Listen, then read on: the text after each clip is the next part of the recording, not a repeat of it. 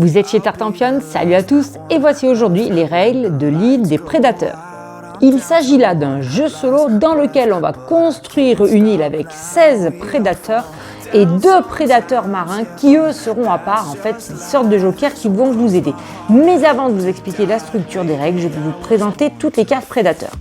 Alors comme je le disais, dans le jeu, vous avez 16 prédateurs et on commence par le plus inoffensif d'entre eux, la plante, car elle ne mange rien, voilà pourquoi sa valeur est de 0 et elle n'a aucune capacité. Ensuite, on aura la fourmi qui pourra manger la plante de valeur 0, donc en dessous du nom et de la valeur de l'animal en question, on vous marque qu'est-ce qu'il peut manger.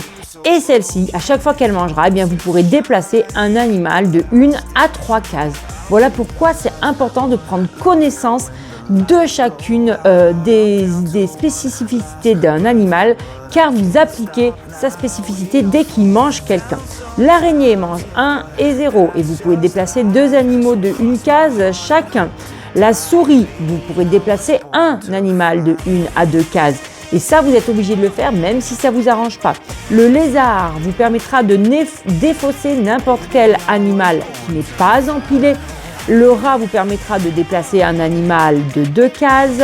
La chauve-souris, eh bien, une fois qu'elle aura mangé, vous pourrez la déplacer vers n'importe quelle autre case. Le serpent vous permettra d'intervertir l'emplacement de 2 animaux. Bon, moi j'adore les illustrations qui sont très rigolotes niveau prédateur au passage. Le raton laveur, lui, vous permettra, si vous mangez une valeur inférieure d'exactement de 1, de défausser là aussi un animal non empilé. Pour le renard, au prochain tour, le prédateur doit se déplacer en diagonale. C'est une obligation, mais vous pouvez, si vous êtes malin et que vous y arrivez, vous en servir. Le lynx, au prochain tour, le prédateur devra sauter par-dessus un animal en se déplaçant de 2 cases en ligne droite et pour manger. Ensuite, on a le loup. Après qu'il ait mangé, vous le déplacerez de 1 case. Ensuite, on a le tigre. Au prochain tour, le prédateur doit se déplacer de 2 cases pour manger. Ensuite, on a l'alligator. Au prochain tour, au lieu de déplacer le prédateur sur la proie, glisser la proie sous le prédateur. Alors, cette carte, j'ai mis un petit moment à la comprendre parce qu'on se dit, ça revient au même. En fait, non, c'est juste que ça décalera d'une case dans votre île. Ensuite, vous avez le lion qui dit au prochain tour, le prédateur doit manger une proie d'une valeur inférieure d'exactement de 1. Donc un 14 ne pourra pas manger un 12, vous voyez par exemple. Et enfin, l'ours polaire vous permettra au prochain tour de ne rien faire, puisque c'est trop fort un ours polaire, il ne faut pas rigoler non plus. Et voilà, maintenant vous mélangez tous les prédateurs et les voilà installés sur leur île qui est immense. Alors là, c'est l'emplacement de chacun des prédateurs au début de la partie, mais quand vous faites des déplacements de plusieurs cases, vous pouvez parfaitement sauter et atterrir dans le vide. Il faut imaginer qu'il y a des cases, c'est une île, on n'est pas sur un rectangle. Voilà pourquoi je voulais vous présenter toutes les cartes. Ça a pris un petit peu de temps, mais c'est hyper important parce qu'au début, quand on installe son île, eh bien, on est un petit peu perdu avec toutes ces actions. On ne sait pas trop par quel biais les prendre, donc bien les connaître avant, ça me paraît fort utile. Et maintenant, enfin, je vais vous expliquer le but du jeu. Eh bien, le but du jeu, c'est de nourrir ses prédateurs.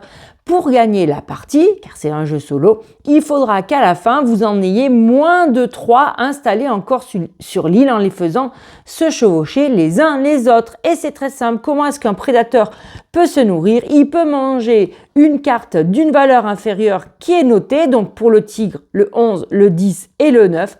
Donc là, je vais avoir le choix entre lui faire manger le loup ou bien alors lui faire manger le renard. Alors vous allez me dire, mais oui, mais et le 10? Ah ouais, mais le 10, il est à l'autre bout. On ne peut manger que de façon adjacente et pas en diagonale, sauf si vous avez retenu la carte qui vous permettra de le faire. Quand on joue, il faut bien un petit peu anticiper et visualiser comment les choses vont se déplacer. Donc là, mon tigre, je vais lui faire manger le loup et du coup, maintenant, j'applique sa spécificité. Au prochain tour, le prédateur doit se déplacer de 2 cases pour manger. Donc, je pense que je vais aller chercher mon lézard là-haut que je trouve un petit peu excentré et au lieu de lui faire manger la chauve-souris, bon, ça serait pas possible déjà par rapport à l'ordre des chiffres, mais je le déplace de 1, 2 cases et je le mets par-dessus la fourmi. On les empile à chaque fois. Maintenant, je peux défausser n'importe quel animal non empilé, ce qui veut dire que je peux défausser ce râteau laveur, mais je ne peux pas défausser le tigre parce qu'en fait, je sais qu'il est empilé. Voilà la petite précision. Et je continue, je pense que je vais déplacer la souris et qu'elle va manger la plante. J'applique sa spécificité, déplacer un animal de 1 à 2 cases. Comme je le disais, quand on déplace un animal de 1 à 2 cases, il peut parfaitement sortir de l'île. Donc par exemple, si lui je veux le déplacer de 2 cases, je fais 1, 2. Attention, quand on le déplace, il doit atterrir sur un emplacement vide. Si vous devez atterrir sur un emplacement où il y a un animal, il y a la précision pour manger uniquement. Vous pouvez aussi parfaitement vous déplacer en angle. Donc par exemple, si je veux déplacer le lynx, je peux faire 1, 2. Vous voyez, j'ai opéré une bifurcation. Et enfin, on peut tout à fait déplacer l'animal qui vient de manger. On peut le déplacer et à ce moment-là, il fait suivre la pile avec les animaux qui sont en dessous. Il se déplace comme tout le monde. Et si on se déplace de plusieurs cases, par exemple ici la souris, je ne peux pas faire 1, 2 et revenir à mon emplacement d'origine, bien évidemment.